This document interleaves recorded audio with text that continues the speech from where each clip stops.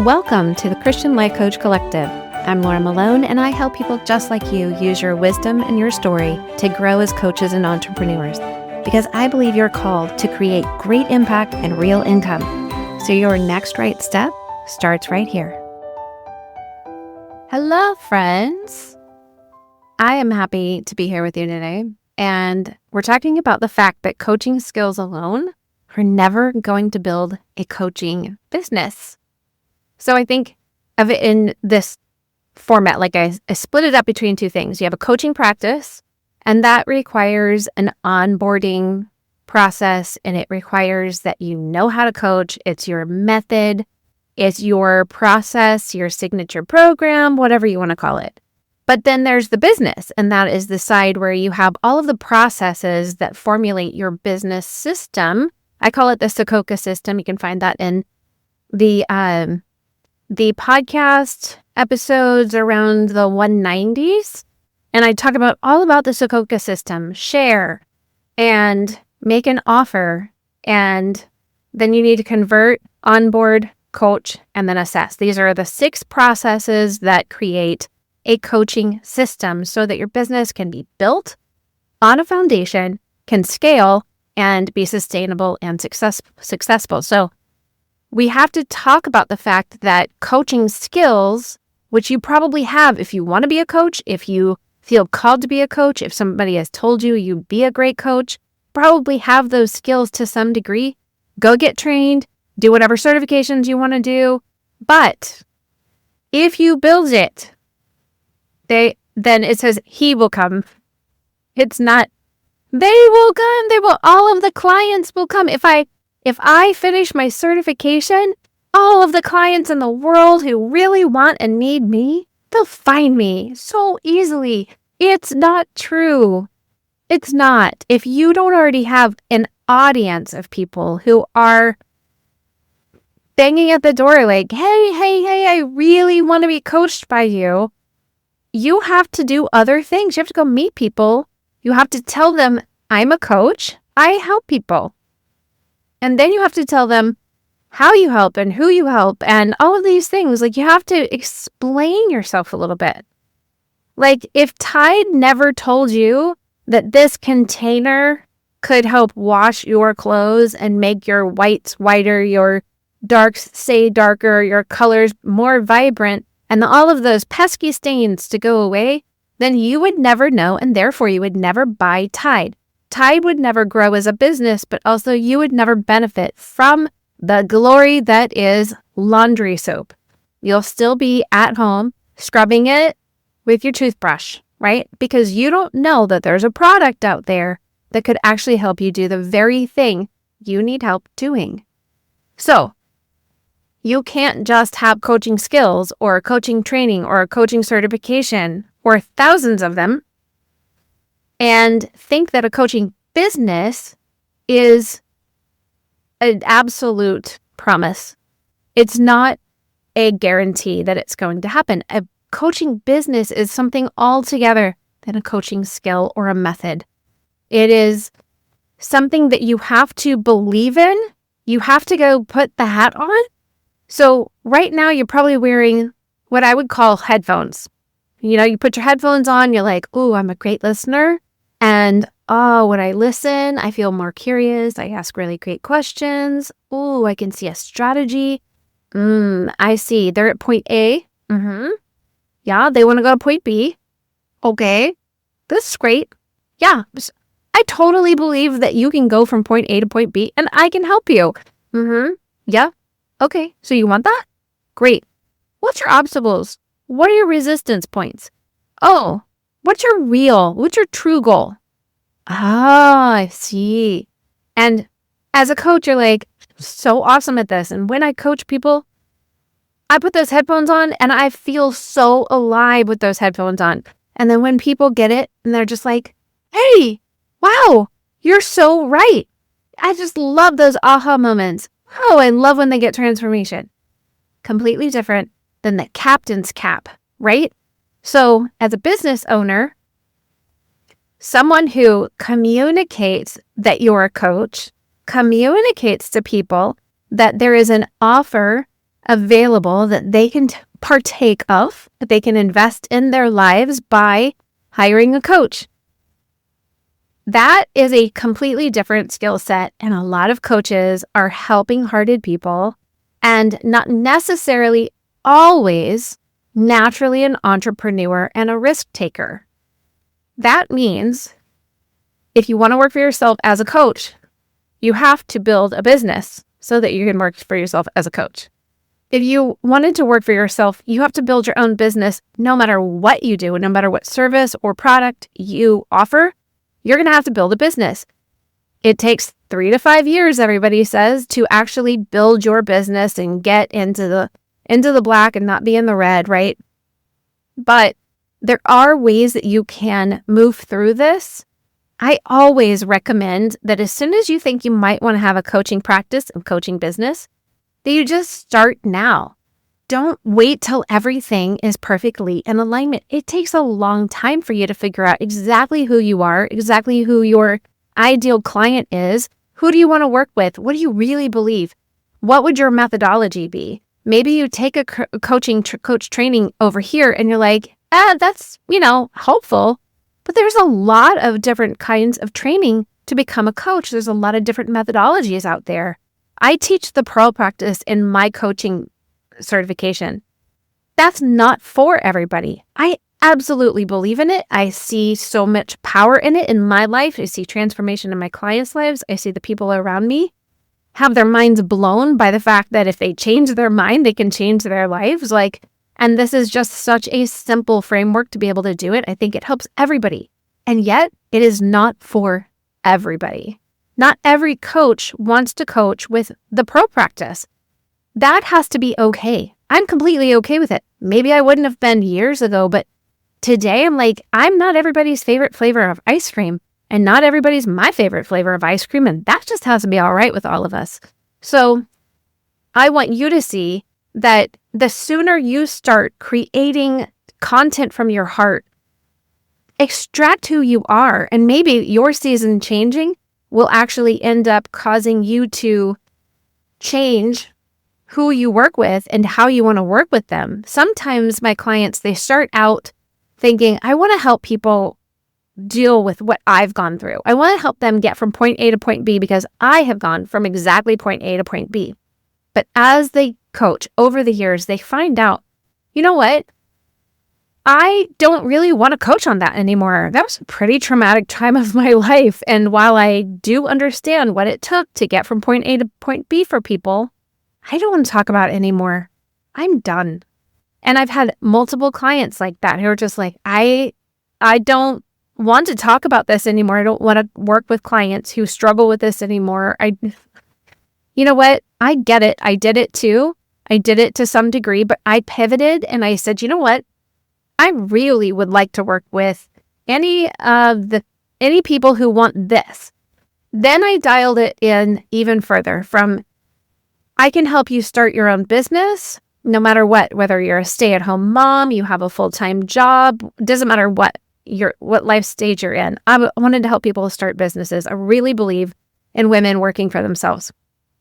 However, when that pivot time came, it was a transition time of life for me as well. And I started realizing that I really want to help coaches build, scale, and succeed. I am at heart, no matter what I do, I am an equipper, a supporter, and a promoter of other people. I want to create things so I can give them away because I believe in multiplication and I want to build God's kingdom. I'm not looking to develop my own, special little empire so I can be a billionaire and so I can lord myself over anybody. And that doesn't mean that people with money are always like that. I don't believe that. I believe that we can be Christians and build God's kingdom and have a lot of money to be able to do it and be very benevolent and also pay the bills. Because here's a striking difference. You can be the kind of person who focuses a lot on money when you have money and when you don't have money. Money is an idol. The love of money is the root of all evil. It's not money, it's the love of money. And when you have money, yeah, Money could be something you love, and it could be an idol for you, could be sitting on the throne of your heart instead of Jesus. But when you don't have money, you give a lot of attention to money and the lack of money. And therefore, it's just as easy, if not easier, for money to sit on the throne of your heart instead of Jesus too.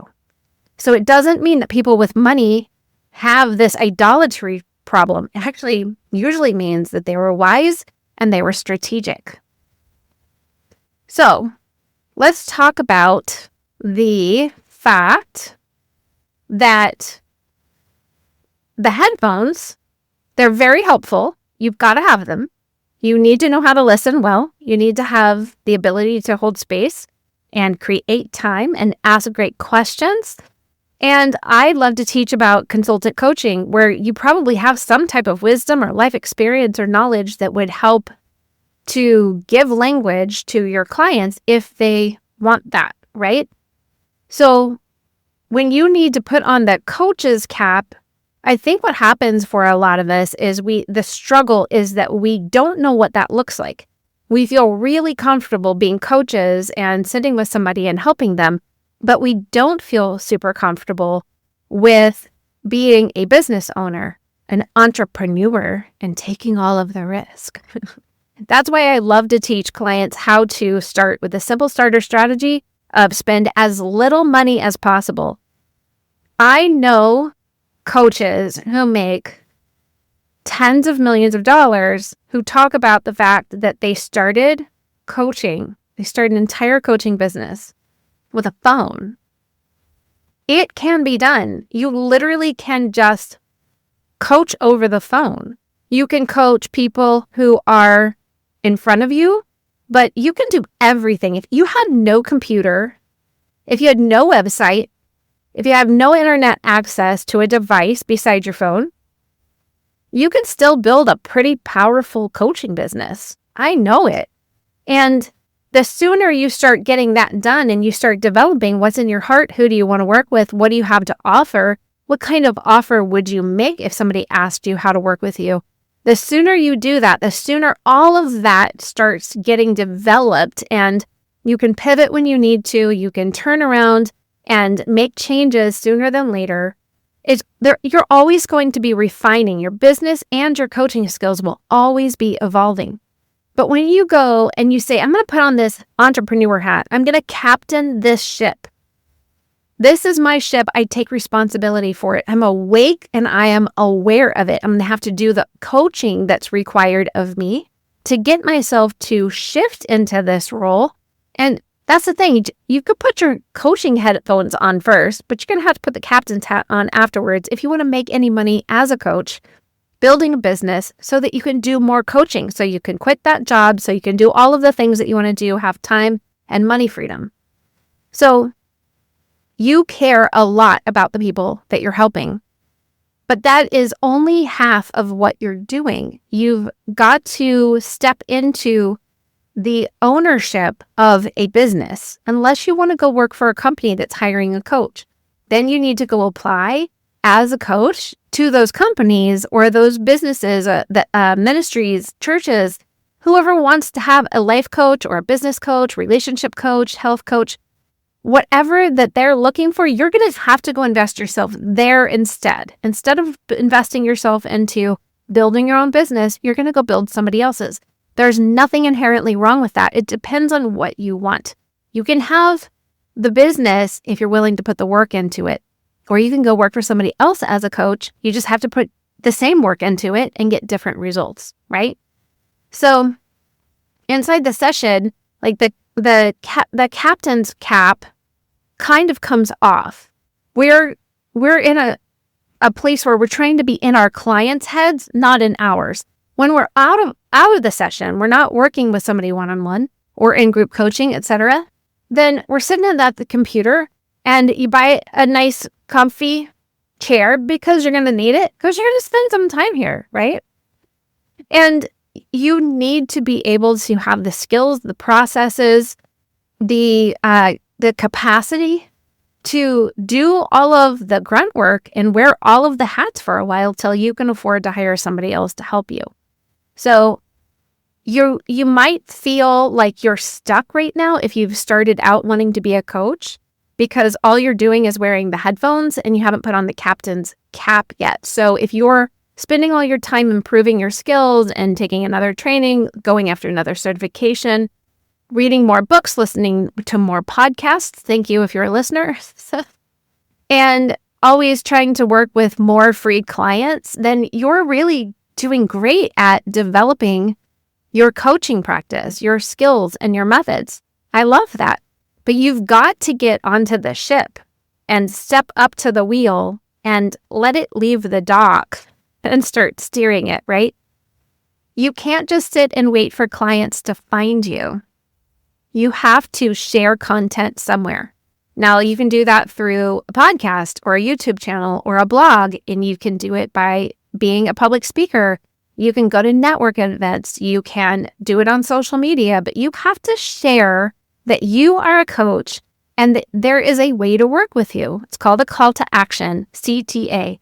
If you have no CTA, then nobody will be able to book a session with you. Therefore, you never get paid, right? So if you're hoping that just by becoming a better coach, the business is going to build itself and more clients will find you, I need you to understand that it's not that you're believing this big lie. It's just that you've either been misled or you haven't had the ability to learn the knowledge that you need to be able to take the action that you need to take, because businesses aren't going to be built with just a headset on. A captain, an entrepreneur, I like to call a coachpreneur, decides the destination, right? It doesn't just sail a ship just to be out in the open seas. That's just, I don't know, a wanderer. And we're not fishing. We're not on a fishing expedition. We're going over there. We choose that horizon, and the ship is going from this dock to that dock. We're going in a direction. We have goals. And maybe your goal is time freedom. Maybe your goal is financial freedom, get out of debt, be able to pay for braces, take a trip that you've never taken, or be able to pay for help taking care of your mother, right? There are so many things that you want in life that having a coaching business bring in income, quitting your full-time job that you hate or just don't really love and you're not passionate about. That is the horizon. And so when you put the captain's hat cap on, then you actually choose a destination, you chart the course from point A to point B, and then you tell everybody on the ship, this is where we're going, invite them to come along, and you make a plan, and then people come with you, right? That's what a business owner does. So if you're a coach and you're wondering why, where are the clients? Why aren't they going to show up? You need to ask yourself, if you've only got the headphones on, right? And where is the captain's cap? You don't have to wait for somebody to give it. You just go, you know what? Today, I realize that this is the truth. I need a captain's cap. I've got to pick a destination, and I need to get on the ship, and I need to start going somewhere, and just done. Laura said I can just put the cap on. I don't need to, there's no police watching me and, waiting for me to do something wrong. There's no perfection police. There's no, you don't have to wait for somebody to do it for you, demand it of you, require of it, certify you. You can just say, I am going to own my business and run it. Done. You don't need your parents' approval.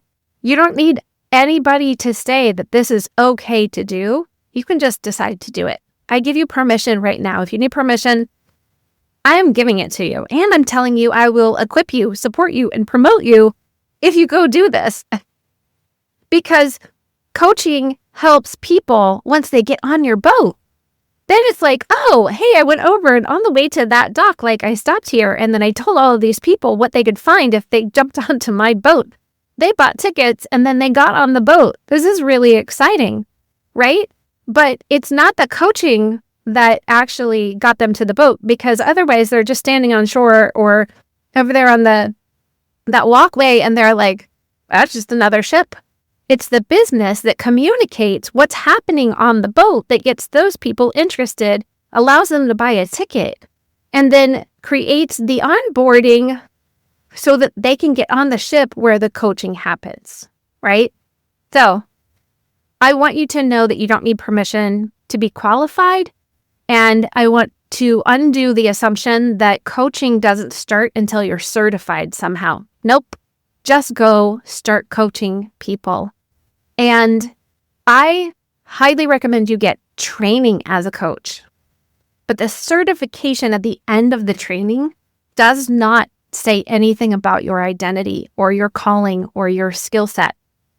And don't put your hope in a piece of paper. No matter who gives you that piece of paper, including me, your hope and your truth and your identity does not come from that piece of paper. It comes from the Lord alone. I have been coaching since I was 13. That was the first time I remember having a conversation where I would go, that was coaching. I've been coaching as a mom, as a ministry leader. I've coached at church. I've coached at jobs. I've coached my friends. I've coached my family. I apologize to all of you who didn't actually want me to coach you when I did coach you anyway. Thank God for the clients who actually sign up because they want what I have to offer. That makes me so happy. But you can look back at your life and say, wow, I've been coaching for a long time if this is what coaching is. Because you have to redefine what does coaching look like. If it doesn't mean I have to have a website or a business card, if it doesn't mean I have to have a certification on the wall, what does it mean? It's not performance. It's not motivational speaking. It's not the same as counseling. It's not the same as consulting. It's not the same as teaching, right? It's guiding other people in front of you, being inside their heads, not yours, and guiding them to think clearly and feel fully and act intentionally. That's what I would say. There's a distinction between just doling out advice and telling people what to do, and helping them shift their deeper belief system so that their whole paradigm will shift. If we shift the paradigm, the emotions change, which means the actions shift, which means we get different results and ultimately culminate in a different legacy. So informal influence is legitimate evidence that you're called to coach, that you're wired to do this thing. If you're looking for proof, don't go looking for somebody to write a letter and suggest to the New York Times that you should be a coach. Don't wait for a doctor to tell you, gee, if you don't do this now, I don't know if you'll have time. Don't wait for that. The informal influence that you have in the lives around you and the intangibles, they are legitimate evidence of your calling and skill as a coach, right? If you're curious about other people, if you're willing to take time to hear them out, if you are able to help people think and feel and take steps towards something, if you care about their lives being healthy and whole, and if you're wise enough to see that not everybody is like you, it's special that you're like this. Not everybody's like this. How many coach kind of people do you have in your life doing what you do? I'm going to bet that you probably don't know a lot of people like you who give you what you pour out to other people. You're probably coaching people without calling it coaching, especially if you're already in the helping industry like hospitality, teaching, nursing, things like that. If you're a leader anywhere, if you're managing people, if you're developing strategies, there's probably some form of coaching that you've been doing for the people around you. So other people probably look for you to help them, like get a new perspective. If they are in some kind of life transition, if they're in a crisis, if they want something that they don't have already, they might actually seek you out and see, or if you've done something that they want to know how to do, they're going to ask you. You probably instinctively ask questions that are curious and clarifying when people are talking, and you're looking for what's happening underneath, like the underlying belief system, the paradigm, not just the surface problems that, I hate this, and blah, blah, blah, blah, blah. You're looking like, really?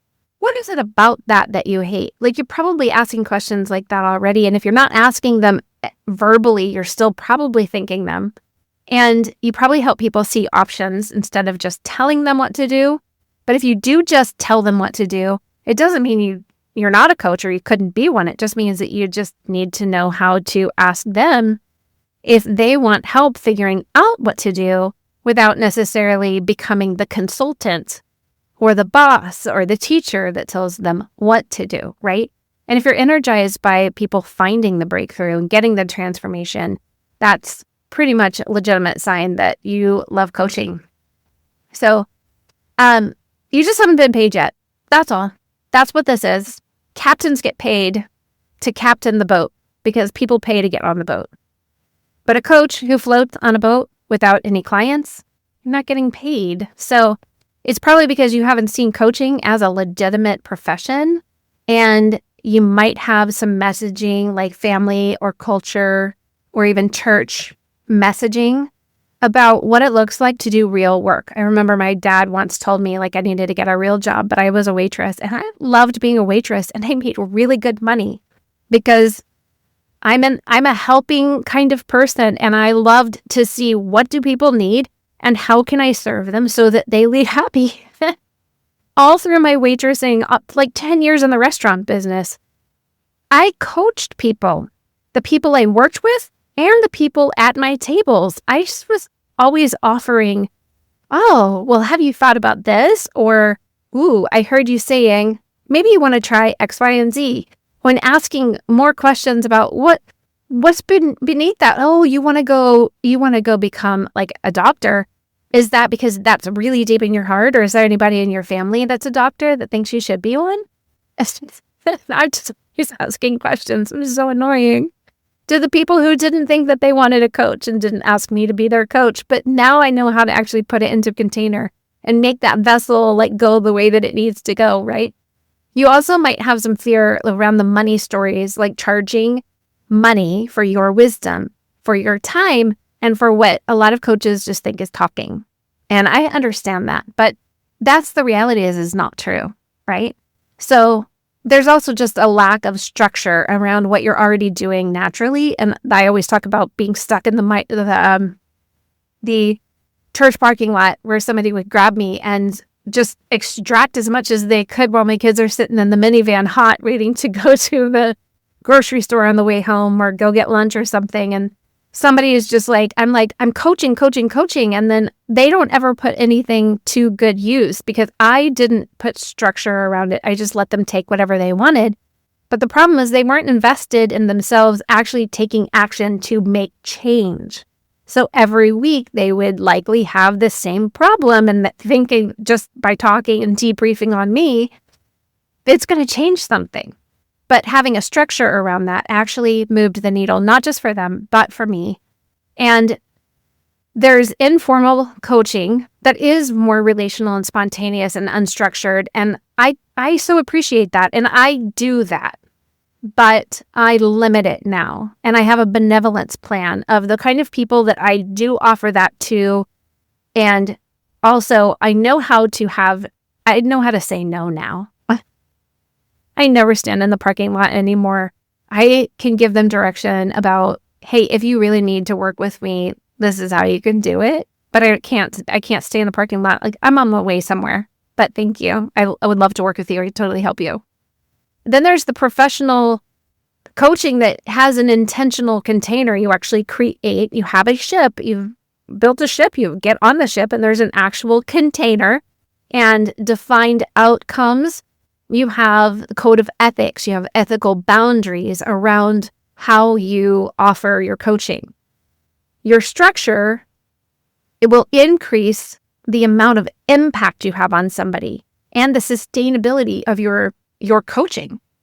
So if somebody is actually invested versus getting it for free in a parking lot, that structure of here's the call to action, click this link, book a free consultation, let's talk this through, pay for a coaching package for the next 6 months, this is where we're going, or the next 10 sessions.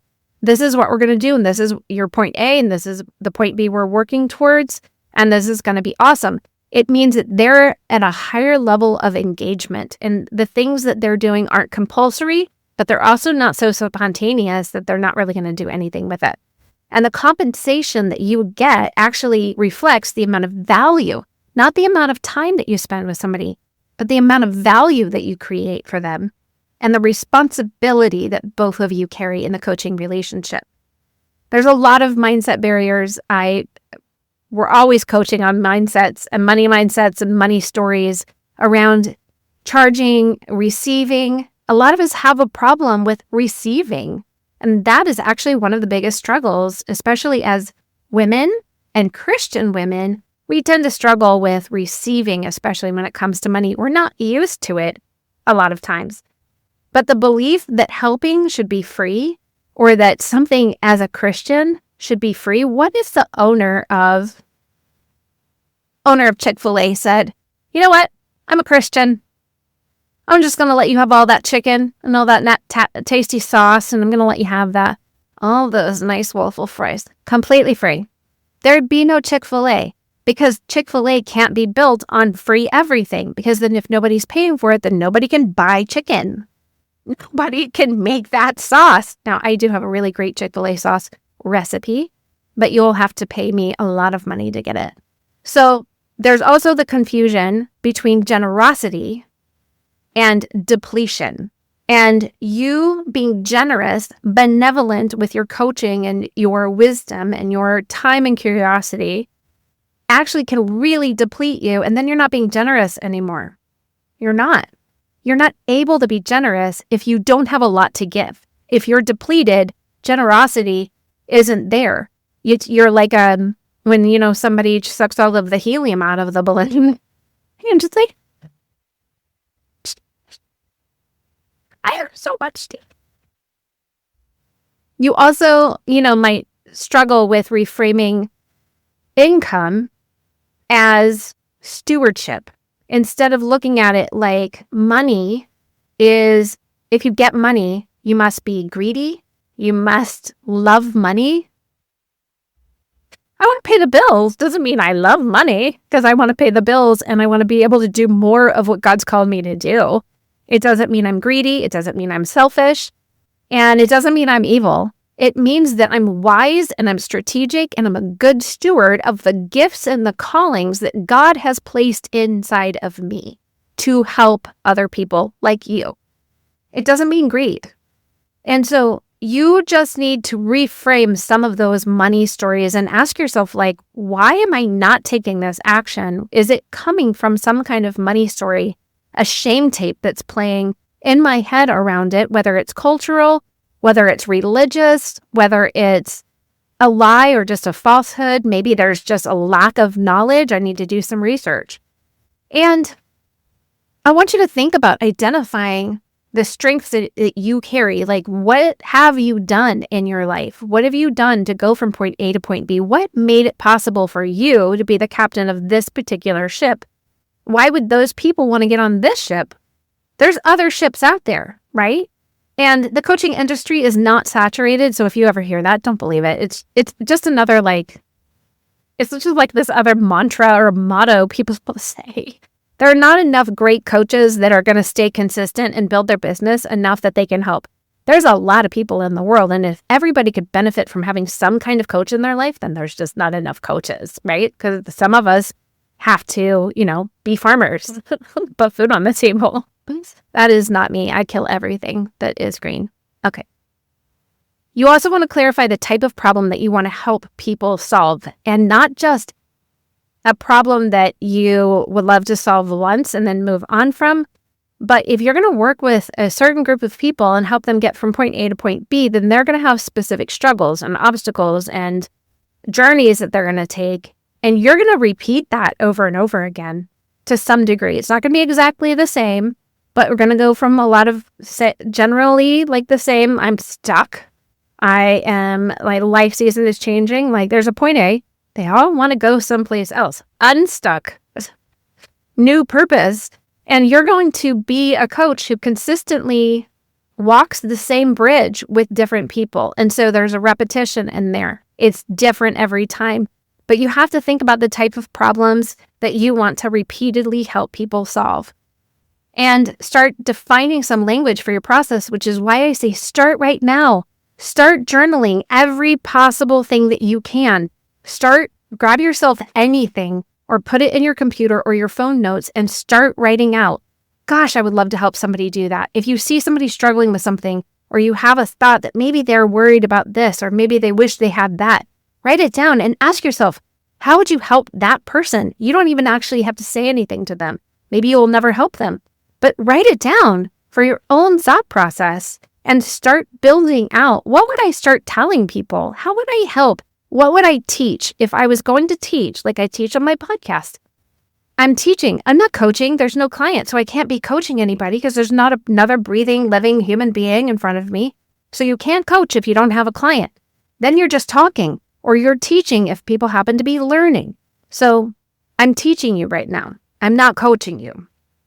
And you understanding that that's part of you sharing who you are, what you carry, who you help, and what kind of results and outcomes you want to help people get to, right? So it's okay for you to start putting that down and letting it come out of you.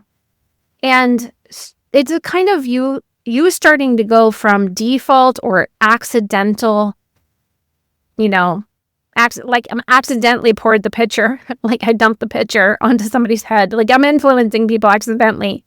I don't even mean it. I'm in the church parking lot or the aisle of the gas station or whatever. Go to intentional designing and intentional creation of a container to put what you carry inside of it. So think about and answer these questions for yourself. Where am I already acting like a coach and functioning like a guide for somebody? Have I helped create any type of outcome for other people so far? What do people say thank you to me for after I speak to them, teach them, guide them, coach them? And what would I change? What would change about me? And when I change something about me, when I have a paradigm shift about who I am and what I'm called to do, it's going to change how I think, feel, and what I do. So I'm going to get different results. So what would change if I treat my gifts and calling as legitimate work? I could build a business. I could make an impact in people's lives. I could create an income for myself so I can do more of what God called me to do. Think about these things. Where are you already acting like a coach? What kind of outcomes and results have you helped other people create? What do people say thank you for or ask you to help them with? And what kind of things would change in your life? And how would you think differently? How would you feel differently? And what would you do differently if you treated your calling as something that you could do for a legitimate profession? Okay? I want you to know you're not starting from zero. If you've made it this far, it's because you already have the gifts and the calling within you. You're not starting from zero. You're probably at like 25 to 50% already. You are pretty far down the road. We just need a container and we need some structure and we need some knowledge and definition and language and help. You need some support. And your history, your skills and strengths and wisdom and life and experience and all of the things that are in your heart, your mind, those things are evidence of what you're called to do and what you're capable of doing. So we don't need to reinvent the wheel. We don't need to do anything except just create some structure. We're going to build a container. You're going to go find a ship or create a ship so that you can get on it, be the captain, be the coach, and do it really well. And just, take the story that you've lived and create some high value opportunities for other people, because that's the strategy. So all that to say, I love that you've got a headset on and you're probably really great at wearing that headset, and people are probably really blessed because you have that headset. I want to invite you to put on the coach's cap, the captain's cap, and become a coachpreneur. Be a business owner who takes this one step further and builds a strong foundation so that you can scale your business, serve more people, and do everything that you're called to do and find a lot of great joy in doing it. I believe that it's possible. I know it is because I've done it and I've helped other people do it, and I would love to help you. So there's a couple of things you can do. First, go to sterlingandstonementoring.com and check out all the ways to work with me. I have a Christian life coach certification program. It's go at your own pace, and it's very affordable. in contrast to some other options, because I want to help you get going. I want you to step into this world, and I don't want it to cost you an arm and a leg. I don't want you to be in the depths of despair of debt to be able to get going. I want you to be able to help more people and multiply the fruit in your life. If you're called to coach, then I'm called to coach and support you, equip you. Go back if you're looking at becoming a business owner and listen to all of the Socoka series. It's like the gardening series is what it's called. And episodes, I think right around 190 to 200 and give or take on either side. There's so much in there, and it's just laying a framework. It's not pressure for you to okay, get all of this done before you coach. No. Don't do that. That's not what I'm saying. I want you to actually start coaching now, start charging as soon as you can, and your clients are going to be able to help you set up the strategy, the processes, get your own coaching, invest in yourself and in your business and in your calling so you can be a good steward and be faithful with what God's called you to do. So I believe in you. All things are possible. Everything's figure outable. We kind of need each other so that all of those things come to fruition.